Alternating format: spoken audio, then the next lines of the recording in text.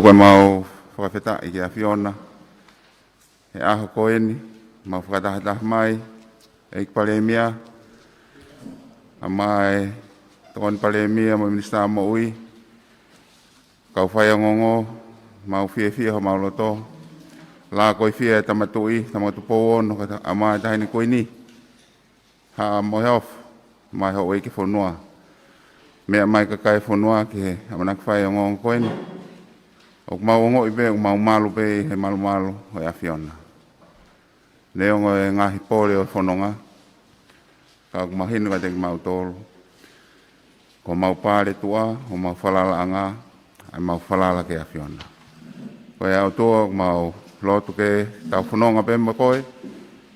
I he press conference koe, mga whakamatala mau whai, ki hoko pe koe whakanonga, ma whakawhia maalie, ki hoka kai. Tataki e polokalama koe ni, mau poli mai whai e lotuni, he wafa peho alo ko si suklais, ko mau whamoi. Amen. Kamaro ke CEO e punga moi. Pai tau lotu. Tamo to mafi, wa tapuen ki tu tonga king tu pon ka ma kuina naspau, fa ha moyo. Pa korpe ke hufanga i pe fa tapu. O fa get me.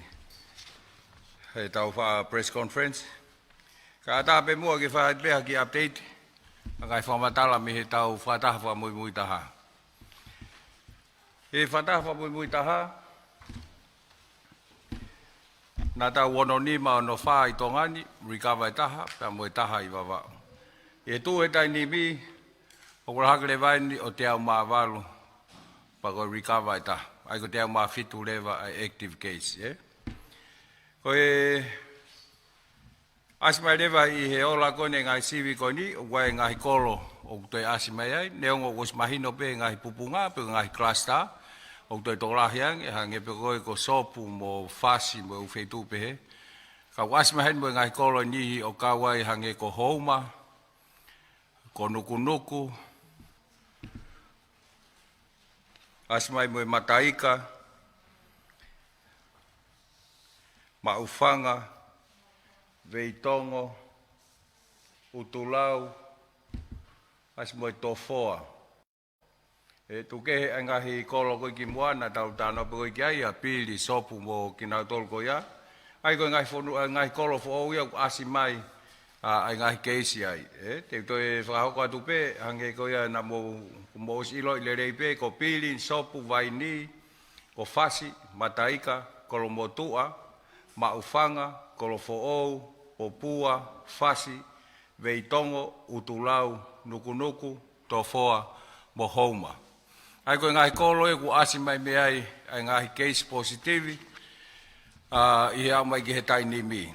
Ko uwha malo la hea tupe ki he eng mi sa moi kau mai si o mo ni kau ngawe e ngawe mai mi ane awhia mai ki ane po ke mau mai whakamatala ko ni i hono whakalahi at ko ni ai te si ke ngai kolo kehe i tongani tuku kehe ngai kolo ko ni a tau pehe ko i hotspot nai whai ngawe lahi ko ki ai e ngai aho ko ni ko mahiri atu.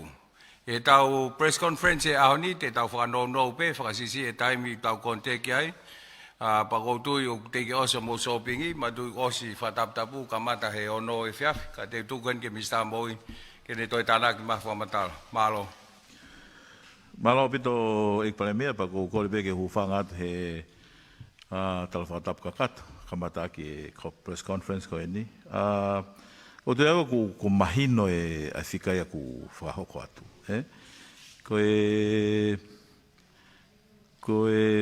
Hange koe tau press conference whamui. Ai koe keisi e whawha, fo'ou, nei mau, tānaki mai me he tau press conference whamui. Koe ngahi kolo koe ni na e mea tu agi heki Palemia, me foi kolo ai e valu o kuia e keise taha he ngai kolo ko ia. Aia ko hange ko houma, o tofoa, nuku, utulau, veitongo, pea, popua, pea mo matahau. Aia ku taktahe e case positive ai, me u kolo koe ni, tuku kehe ange ngahi kolo koe ni o nei hotspot nei whai ko hono ngahi CVE. O kei ngaue ai te mea potu ngaue ko hono whakawhihoko taki, ai ngahi tō holo koe ni, ngahi keisi koe ni, ki he ngahi keisi koe ni nei osi mau. Ai te nau toki whai whenga koe ke pe koe ai ha kaunga, o ngahi keisi koe ni he ngahi kolo koe ki ngahi tefito i keisi koe nei mau mai, pe e toki lotonga whai te ngau ngau he tai nim ki ai. Koe mea mahuinga e taha he ni, koe neongo u keisi koe ni e whawha. Ka koe lai taha pe koe i he fo i cluster pe koe fo i whamiri. Ai koe nei mau koe toko taha koe o aveia o whamawahe i, pe koe hoko atu koe hono tesi, mono sivi ai kinau tolu ofi, ai whamiri koe ia, mau mai ola koe ia ku nau positivi koe ia, ai aku mei koe kau kinau tolu koe ia, o ku mahino pe me toko taha. Nei ulak mau. Koe tu he tai ni mi koe toko taha wha o kuna ulolotonga i he health center koe i mua, pia koe toko ono i he nofuanga koe ia i he kemitari ai. Mou whatoka ngai ange koe te au mahiwa ko e ni, o ku kaikia hataha ia e toko te whale mahaki. Ko ki nau tolu ko kotoa ko e ni o ku nau maupe, ai vai la sika ku i kaike ke nau whaha mai o ku nau puke. Neongo ko e iai pe ni ihi ko e tale moe mofi, ka ko e au ki ahoni o ku nau sai au pito. Kaikia hataha e pehe ku iaha whainga whautua e whemau ai ke awe ke whalimaki vai ola pe koe te whaha tokanga ma kehe ki ai. Ko wawau kei taha pe nau keisi, na e whoki mai e wakapuna he ahoni me u specimen be me i wawau, pe au ku lolotonga ngau et ki ai e kau ngau e koe i he lepi ke whaihono sivi ngai specimen koe ia, pe koutu e berau ka pongpongi ku mahino mai ko hae tūkunga o ku iaia wawau. Koe timi nei alu mei tongani ku nau kei i wawau pe, nau kei hoko atu e whatongia ko hono mui. Ki nau tolu koe ni ku iaha nau whekau aki pe whetu taki waofi pa mo e positive case koe i wawau. Mahalo koe teo ki update atu pe ke kau whaiongongo me kakai e whonua. I he press conference wha mui, e tunga koe na ia e hukumalui.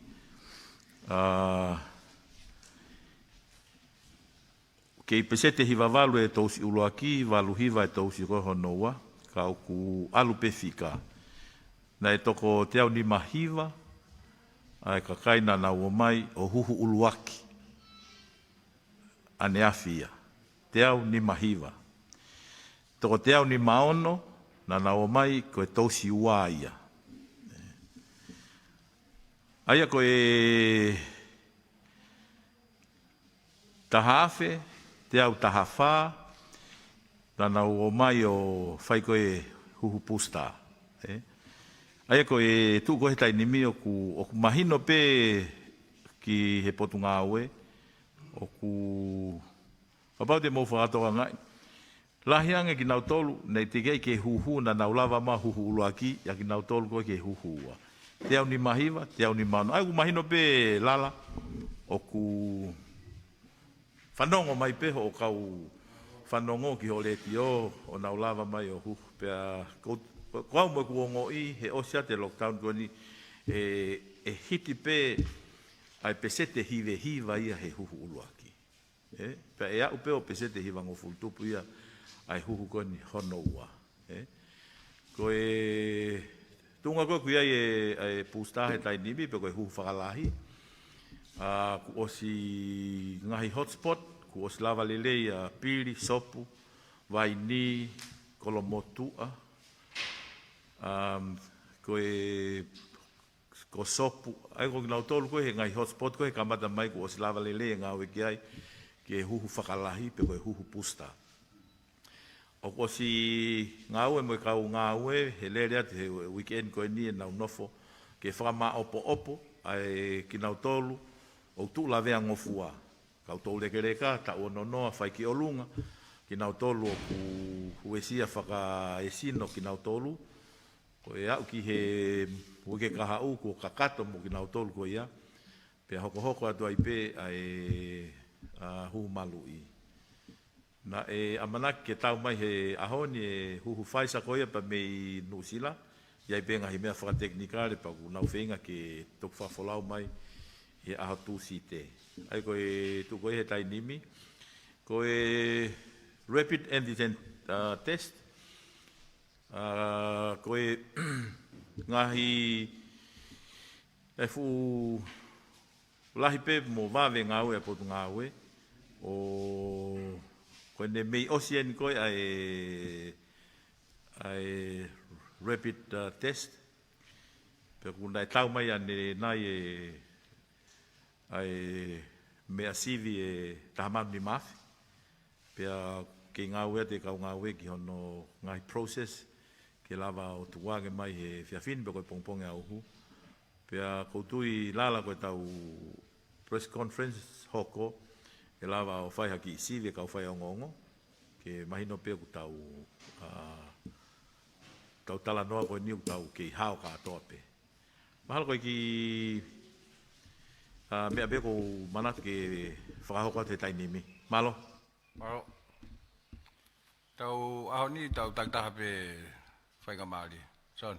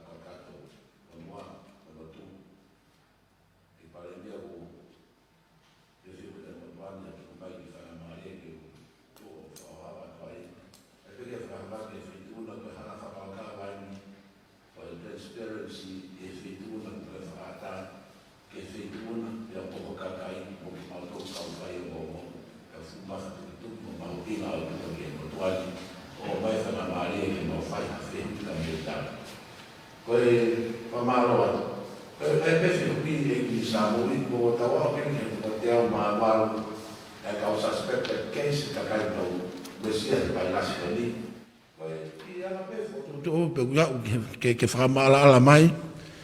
Koe toko teo maawalu kua ni koe ola tamaki peia o fo i toko ua koe ne ulakfufua mau he virus.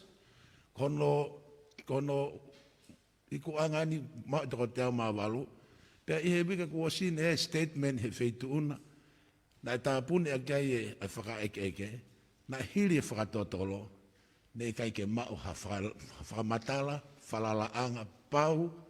Mei he monitoring team mei tahi, pea koe uhinga ia a eku whehu i koe ni, pea eku kei whalalaanga ai awa e kau awhonua i wafkuni salote, ke tau kei hifo mai pe koloa, te kai ke tau lawa mau ai, kei si uruaki mo uhinga na e humai ai, pea mo kei humai pe koloa ia, pea koe whakasi pe ek minister ke whetuona, ke whai mua koe tue tai mini mahuinga ke motoani. Koe ki text na o mai koe self-isolation e kau stivatoa. Ki he wike tolu. Kuna te whaki pēnau tolu te whakahoko ngā au e taimita tau na uoko awe ki api ke malu. Koe ki whehui pepe kua umai mo ripoti koe me wafu. Malo apito. Sone foi fehu pena da osto to ta no ai pe ai breach ko protocolo ka wai go hinga ai ko protocolo to no that's final review ai ho ko pe fa hi fo ta ho pe fa hi fo ta va puna kai tu ke ngai fehu ke mi sa mo yo pa ne wa ne fi ta na mai ke ai go lau ko le ka fa ngo nga hi kai ke to li li we mau ta li ma to apa te ke to e ke me pe fehu ta ta Apa lewa ku teke to eke mai pe e kai pe ke to li wi pa te ta unu lewa ke fe ko ka ko ko pen ke mi sambo ke to apa wane ta na ke ke Yo, malapito soan hange pe ko ngahi famatala ko ai ngahi tuuni ki ngahi fatongia ko ia e uafu pe a te ha mo review team o ko mea ko hono fatotolo ko mea ki fai ngawe ko ki ai pe ko tu ku o si mala ala pe ia ko tunga ko no pe ko ki ka o Steve to ko na nau self isolation ni we ke tol ko guideline be ko tu nga o ko en fika wak mon hange ko ni ko positive cases ko fika wa me a ulua ki ko o February o fa mai he guideline ko o si ko a ulua ki se positive ka ki hanga fa ilonga kala mai leva he me a hongo fulupe ke ata ko ia ka ku mautana ke be mautolu e me ko o si ko a hongo fulu ma hanga leva o fai ki CVI ke mausiope ai ko sivi ko case fika ua ia o ata ia he ahon tukuange ia he ahon ko ke to e me os mahino ko negative ai ko ngahi process ko pa uma ko positive ko e va tai mien e tau hi ai ko pe ki mo ko fa ko e pa ke fa ata he pot ngawe ma tu ai ko ka pau hange ko fa batala ko ai o sa wiketol ku fo ke ata o ku ko ma no fo be ma dol he foi a hongo fulu ko o mai he tutun he ngai fonua ko una o si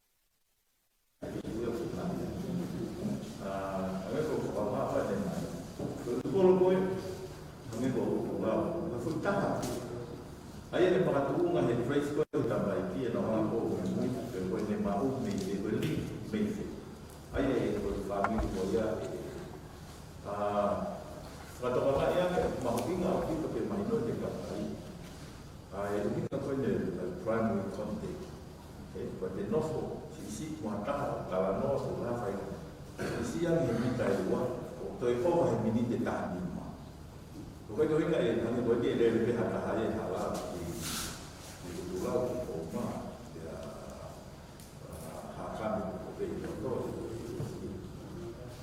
ko e ngai family ko ngale ko ni ta fa he o ko e o na to mo no ma ko ni ban ni family ala ai ko to ta to e to ta ta no mo pe so ko ba ai a saya e na mo foi ko family ave per cui a mai supply che la fai bene a dove tu per poi mi ma una che la mo ma che io devo fare che na mo foi no fui a mo fu ki a ka fa ko ni os ko ya te na wa ka ai ko la ta nga ni be a ko ko ne ko fa ko a ki a na do ko tu fa ta fi ko bu o fa ko po to a ko ma fa ni ko ya ke na mo fa ta ko fa ni o te le pe na mo fa a ho na ko so ya be ma ni no ke te mo ko se ala tu ke pa wa ta ke la se ma ole no ke fai ta to ko fa fa ai a ku ya i pe ti ni na ko to no ha pe o muy ai na no fa fa ni to ka ha ko fa ni ko to te a hi ba ko e a ta le ka to ta ka ke fa o dai ko no ma o vai la si na ta vai de fa ni fa hi na na ke i ko mo mo ta ka ko to e ma ko na sa ko tu e ko ta ni me ko o io o fai na mari ko ko to me pe na mo fo pe ko tu ko io ko sta ko fa quando fa parlare che fa lì che no tu la vera che fa fare fa o fa di tempo che ne ha una facilities da poi fai a fa parlare da tutto positivi che o tagliare con manchetti per lo cupes con la facilities sia ata da poi avanti che io la mau ina ka tauto o de mau ata possibility fai ko fa mama heti ka to mi muy de family ko ka ko be atu positive family sai na ko pa ye ke na ko fa ta ye o os ko ta ke na ta ni to ko ma ko i na no pe fe tu ko family ko e tan to ko ja pe ge ko na facility ye o pata tan ke ma wa ke tu le ana ka ko fe ma ta ke abi apa pasti. Nah, bukan lagi. Sento ni bau monia que muy de Dios sento ni. Porque sento ni está que o telefone me deu. Porque uma vez que a minha pergunta deu, kata que dia tu bisa tu pertama tu ni ani ko ke ma ko ko ni ko de ma na te foke para puna ni to mata tu me ta se pa te he ka o ma ta ko una bene se ke fa ton ton na te foke ni me fe to ko ta ni to mata ki e wa ko ta bene ni na si o na ko ta bon ko ro e ma ko ko te na e o te la ma si vi ke no perché capito quello che vedo lì che la fa di quella shopping poi di domanda lì e lava o fa i tiri per fare quello di quella poi di tutta la lava io o stocca per fare quello non fa per te che cai quello di shopping e quello che io allora vedo la quando ho visto per poi prende un po' poi Fulawat o Farouk foi surveillance e o ano era uma dolo que eu não vou fazer para fogo mais para puna o ar que foi rapaz o tali rapaz o senão foi rapaz fogo mais para puna vai ter que rapaz que Allah que para puna e o mais mau depois na bagian mau pada mulai saya yang boleh nak Os pai pe dificultà per il topo e spegne lo cambio e vai spegne diciamo che non fa male dove si spegne o mai di sì poi male ma tutto dopo il lungo problema gara che come va avanti a fare in questo contesto con Paolina ho visto che dopo fai dalla tua io che dai apa pola que na infância que abre a sair na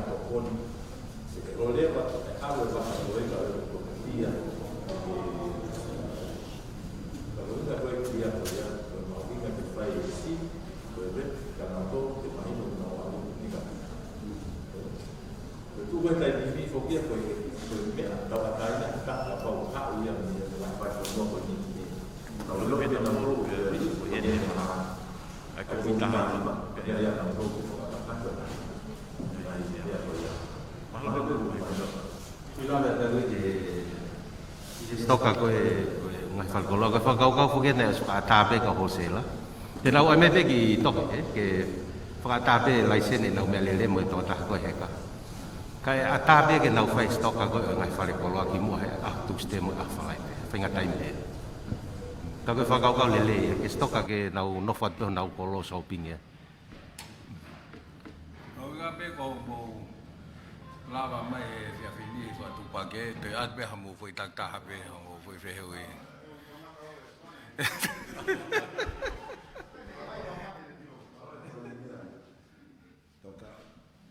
Koe Ignis Tamoui, amo mole pena ku fai toka ngana fotahe feituna, kai toi fe e ko kou ke pure i he taimine mo ui mo mate, koe tonu koho o whakafuafua, koe tonu ia ki tongani katoa.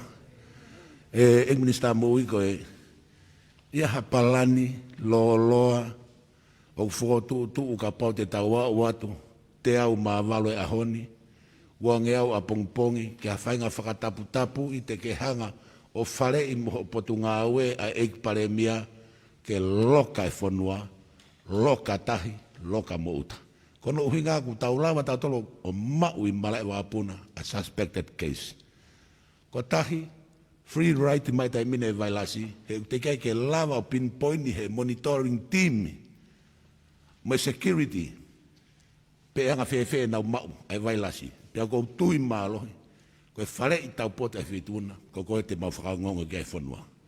Koe wā peia, ek tokon pare miana e toki mau mai, e ki whamatala mehi, ka enga he tu ariku tonga, ka enga huakawa me riku, koe ki matatahi kon ko whātumu, o kei talangata ape, ka enga e wau nau hauwaka pe nau toluia, mei eua ki whātumu, hake a keipa te o me whātumu, o ikai ke fōi o honua na a ilo, kai tau alupea ke u kolo kehe. Ka kuas whakatai he tokon paremia, fōu mai tau riki, sivi, mi te tahane ma ilo atapa mō whakaheka.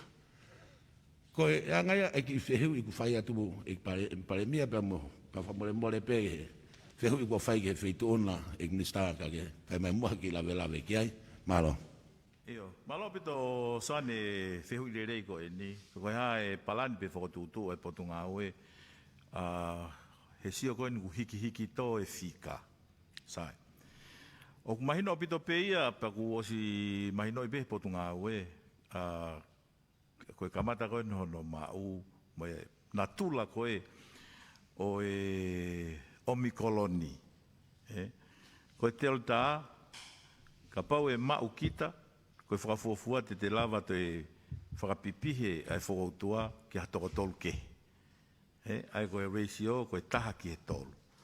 Koe omikoloni u taha ia ki he fitu. Aka pau te puke, te lava o e lava ki a toe toko fitu kehe, ke mao mea kita. Sai, ai ku mahino e fo i mea koe e alu tu unga ia o i puke pe koe fika koe o nau mau o toe lahiang. O si ai pe fetu utaki, pe moe hange koe ngai facilities koe nau talanoa ke ataia. O si kore e potunga aue ki Asteleria, ai Mobile Field Hospital, pe koe whare mahaki ia o ku hoko koe ngai mea lalahi pe fotu hake pe he taim koe ia mau hono ngahi nau.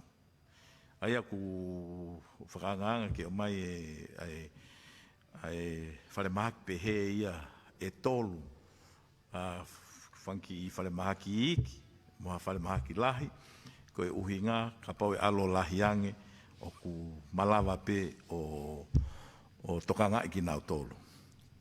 Ka koe osi koe ne ngahi savea ko eni, alu koe ai whika, pa moe tuunga koe huhu malu i. O ku mauongo i pe, o whai pe tau tolu e sihova, pe kou tui au he kai ki aku hataimia te tau loka tau tolu. Hange koe whakamatala mo whakamalanga koe ki mua. Koe taimenia ka tau tolu ke tau teu mo ako i ki tau tolu.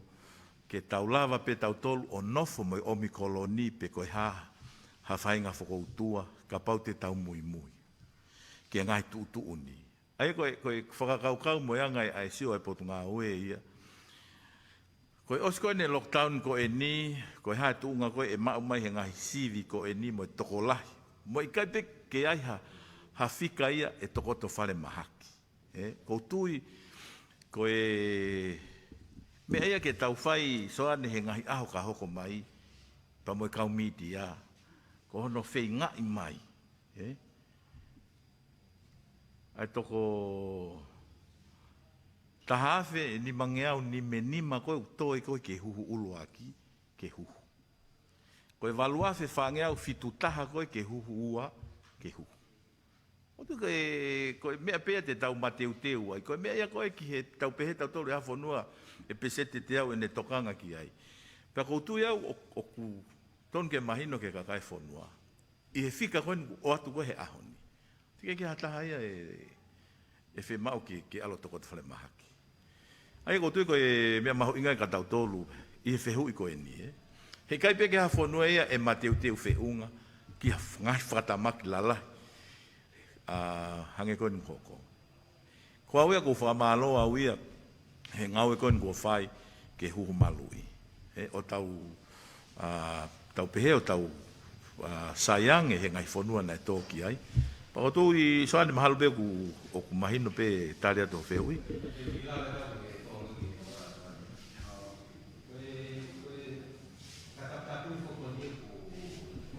I he malu o e lao whatu pake. Ka ke ngata pe whatu mea whatu pake whanua ka koe lao ki he mo uilele i whatu pake. Pena e unga whakahono tau whikoe ke ua e whaha alu ki e ua ta e sivi. Ke ua ea o e Omicron ki e ua. O ta tau pepe mo hau ki e ua ke malu ina tolu. Pea koe uhinga koe aia koe taim kou nau mai ai ka ke whai tau he tu ni ka nau mai whatumu nau mau mai lao. O kole peau ki he kainga whatumu kou nau ilo whai whetu tak mai ke tala ke kau polisi. Ke nau whaha ngau e kia he sayang e ha tau hovare pe ku mawhola me ai e ua koe ke tau ilo e tau tori tongan. Nā swai whoke ki sivi e whalimahaki mo nau to sambol holo e ua nau confident o ke hao pe whanua a e ua. Ta tau pia pe mo aha tūsi te, mo aha whalai te. Koe whaka atawho ke o whaki shopping, ke ki stock up e mea toko ne family. O koe ko whaka ataia ke te aluai me he api koe ke he api koe. Ai ko kore pia koe ke he kakai whanua, o whamai o mo ki pine hifo mo sio ke he vawe ma whola e mea. O kui kai ko ha whakakata mea e taimine. Pau tau seo tatou me tabole number sia he. Ai whikai he press conference ko toa pe. Neongo ku tau whawheta i pe, kai ka hataha puke lahi e taimine. Whai he lotonga no whai pot ngai mo ui nau le taha. O kol pe ke kai whanau mo whakapoto e taimine, tau talango fua pe ke nau tūtuni whai mai. Ke lawa whai mo stabilize, mo contain, mo lawa mapule e mawhola e mea. Pa tau sio le wai ke step hoko. Malo. Ala.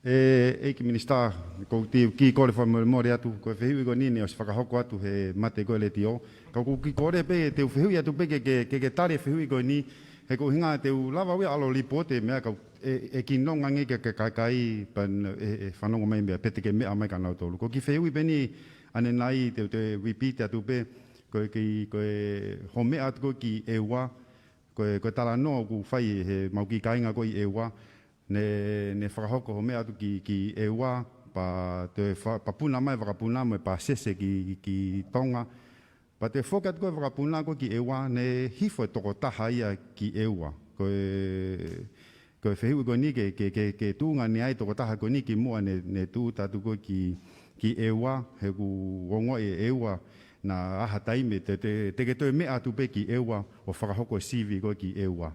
Ua koe ki ai ke kore atu pe ke tokon pare mia, ke ne whehu kone ne o si alat pe ke tokon pare mia, ke tawhaki kona koe e tūsite mo e whalaite pe lawa whakata ki whangi tiliva, ke lawa tiliva ki u whangi wharekoroa iki kona koe i u eria ke kehe.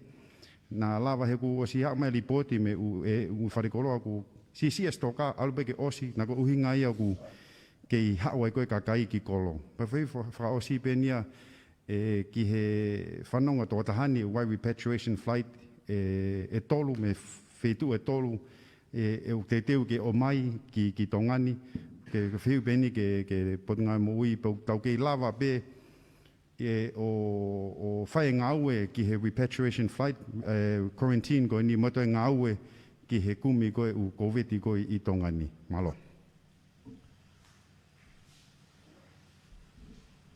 Malo lala. Kai ke u amanaki au ia lala ku tu lo fa mai ho fehu i. Kai ke te u talia te e fehu i koe ni ulaki whakak mo e keis koe ni ki e ua. Ko ia lala koe aho tokonaki ia nei whai ai koe wholau e motu ane mo e time e potunga aue ki e ua. Ke whahako ngai whatongi a koe ia. Pena e ave mautolu he wakapuna tuku ki e ua, whoki mai wakapuna o ave timi ki hapai. O nofo i pe wakapuna i hapai o se savea. Mana nau whoki mai he whiawhi. O mai e kau ngau e koea, pa mai timi koea mi hapai. Pea toki alangia e wakapuna ki e ua ke mau mai mga hi specimen koe ke o mai koe ke whahano CV. Nau toki lawe ia he motuani na ia e pasese na alangia mo e wakapuna. Pana e whai pe ngai whetu taki holo ia ki he toke tāpule ke whekau e toko tāko ni ke isolate. Ka e to ene ki specimen ke o mai pe ke CV o whapapau. Oku mahunga pe whoki. Ko e time koe nai hoko ai koe ngai hotspoti, mo ngai whetu, koe ngai whamiri, koe ku mea mahino pe ia nei kai ke ofia e toko tāko eni. Pea kotui e toki whia maari e lelei e ka inga ia ka pau e osi ola ko hono sivi ko hau tunga koe kui ai. Ko e ngahi mea koe ni whika wak koe mo e whi alu aki. Ko e hau fo koe ki tonga ni koe mea ia ki nau tolu koe ke nau o mai. Ko e mamahe koe mi he ni he tunga koe kui ai e COVID tahiwa, e omikoloni. E whakapoto anke nau sivi, ke whakapapau pe ku nau alu o saipe. Whakapau koe whaunga e u tānoa koe ki ai a soane, ko lau soane ho nofo koe i tongatapu ua ka ke ilo koe ngahi movement holo a tongatapu hiwa. Ka kono whakatoa, mahu inga upito pe e tau whengawe aki. I he taimi ko eni. Neongo e tau pe he, hangi ku ngari tō maa ka koutui ko tokon koe mautui mautolu ia mahu inga ia e ai huhu malui. E tokon lahi ki he. Tulawe te pia ki he u whalekoloa, no stoka piko whalekoloa e u kolo. Nā whai whoke whakaamu ke taktaha nofo peo no kolo, whai e te whakatau.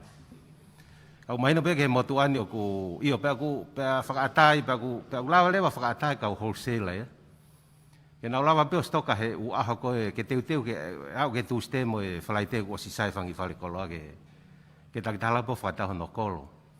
Au mahino pia ke motuani koe u service e umwhema ki koloni. Nau lele mai pia ne nai o wakai holo he mea. Kau e panke, kau e talafsilini. Pea o keikiu pe kakai. Koe kasana nau lawa peo stoka pia mo e u feitu koe. Kako kole pene aku ki he u panke, ki he talafsilini. Pea mo e u talafsilini private. Pea mo e kasa. Nā lawa ke toi ki spread e naonga tuku nāha whangi i feitu i hahake mohi hifo. Ke ave ki ai e nau service. Koe tami o mai talafsilini. Te o silo pia koe tamako unofo i puke. Moho foa, koe tama i hatafu. Nā lawa ke nau ki anga o ki tuku pehe i hole nau service ke lawa vahe kakai. Ka pate nau e peha foi, tau pehe ai foi whare tahai nuku. Nau o ki ai pia mo e talafsilini koe panke. Mahalo ton pe ke whai muhasio e pure anga ki ai. Nā lawa ka koe anga whakau. Pea ku whakaata pe, ai koe mai pe ki tohia kore o mai e laisene mea lele mea ke tiliwa koe u koloa mo toko tahe whakauri katoa u mea koe whakaata pe ke whakahoko he u aho ke he. Koe ngā ke whakawhainga maari, kai tu ke toki whahasio ke he u service ke he. Malo. Malo. Koe whikau koe mo e whawhok mai koe ne tau kai ngā tonga i muri, i au whai he aho tūsi te kahau. Wakataha me New Zealand, wakataha me Australia, wakataha me Fiji. Aia koe Fiji, nau nofo tōlahi, ko ngā ko ki nau tōlu koe, ko mei tau taha e nau stranded koe ni Fiji. ko New Zealand ko tau kau mahaki ko na refer ki New Zealand pa ko na fok mai mo na wa tau hi ko lai ta ya tatau pe pa mo Australia ai whenga i pe ki hafika e lava pe o manage ko ke fono e waka ko nga pe ko ha fa ta hai tai me ta pa ko ti te la te tu kwa nge ke minister pa mo CEO ke na to ki fa ho ko tu ki konga vawe pe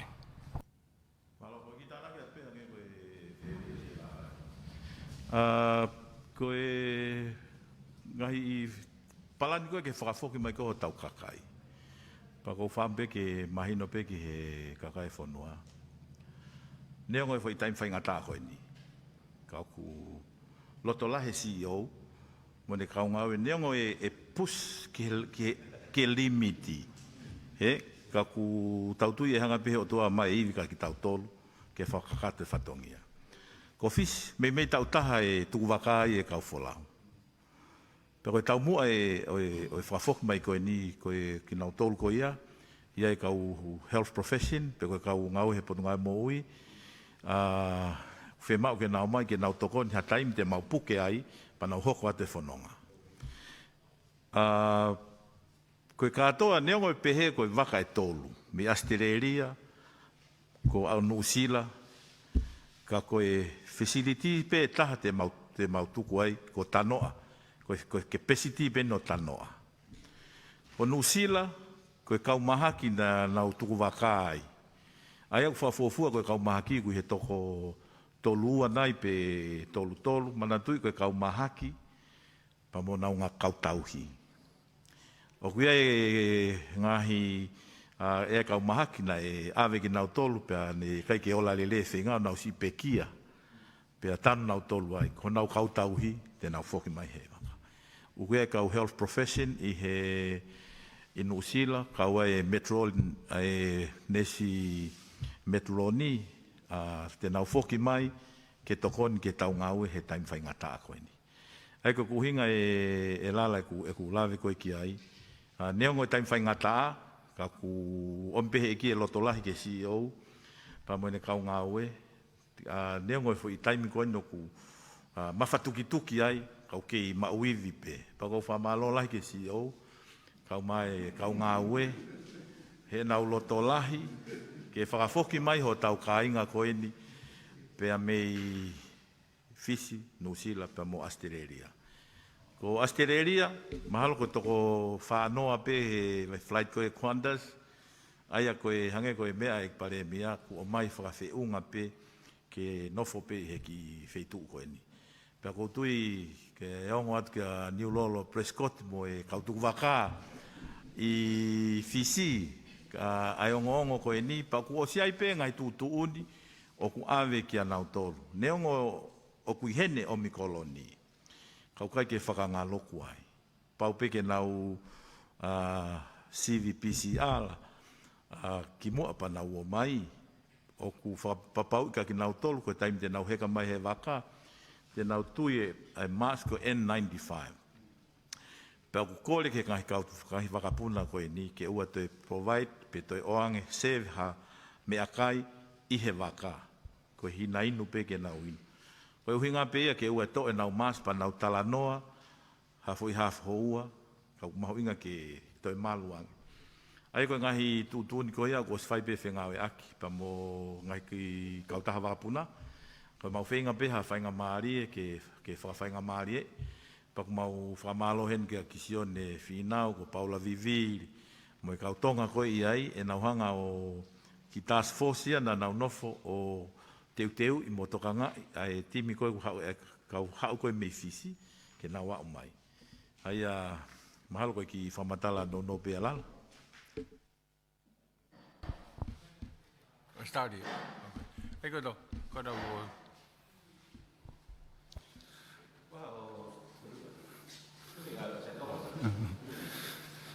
Koe keisi koe i wawau e minister. Koe tō taha pēna ngā ue i wafu. Pe koe taha na e whoki atu mi tongani ki wawau ai keisi koe i wawau. Koe ki ka wenga pe taha mahau te keke whaohake ka te ohake pe koe ngā naha taimi ku hoko ai. Mahino pēna e swhai tokanga kia e mitia. Koe tuunga koe hono hono lewa e he drugs i he wafu. Mahino he taimini ulahe u tākoku o mai. Pea ku vave ngāwe.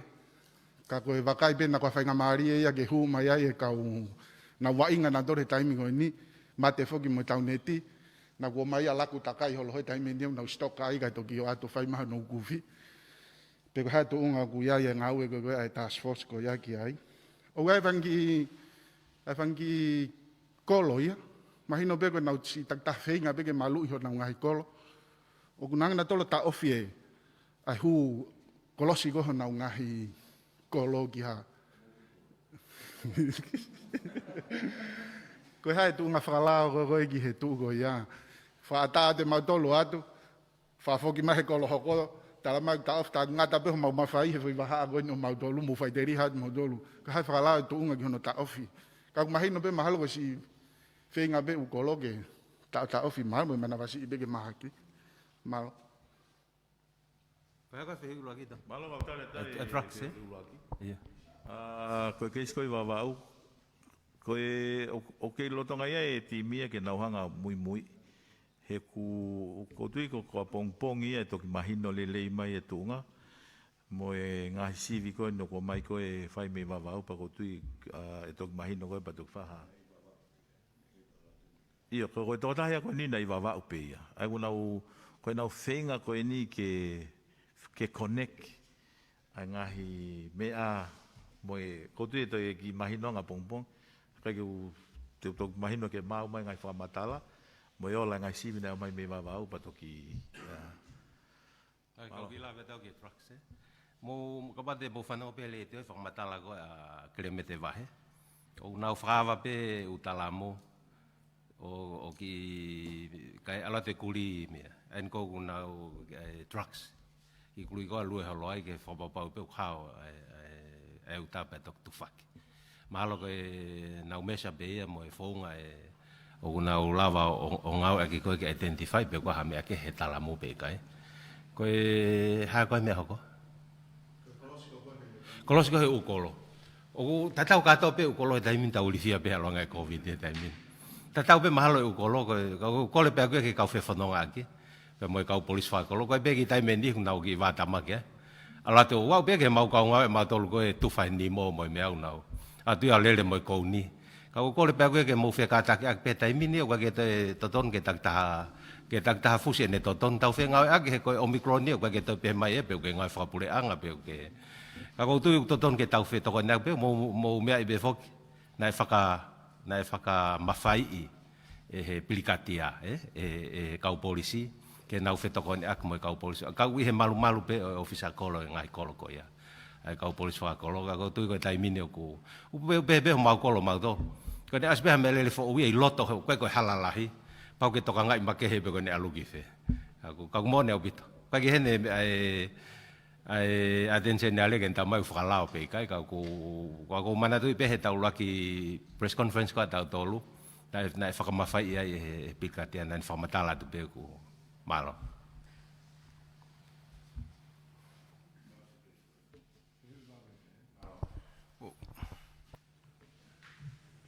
Malo pito i pale mia bagu fia pito hono. Whafoki mai repatriation flight ko ni ko mea peta ko ki whamamafa ki aina e minister mo ui. Talo e statement me komen me fituna ko ki vailasi ta mahino ko ki vailasi ta mama. O whapeu kai koe kuhingai o mai e tau kau fufulau me muri kuhingai koe ne maa mo e ne tai mahino. Ka ke loa tonga ho mea mai koe na ko mau i ki text me i mitol moa koe ki kau si whahinga whakautua ne ave me tongani koe ofa e pure anga tonga whai to o paku amana ke nau whakafoki bai. Te nau whauhanga tonu mai pe ki malai wapuna mi whare bahaki. Koe kore mai pe ke o mo te nā mana tolo quarantine. Ka nau hoko peo hangaton pe ki api home quarantine ai.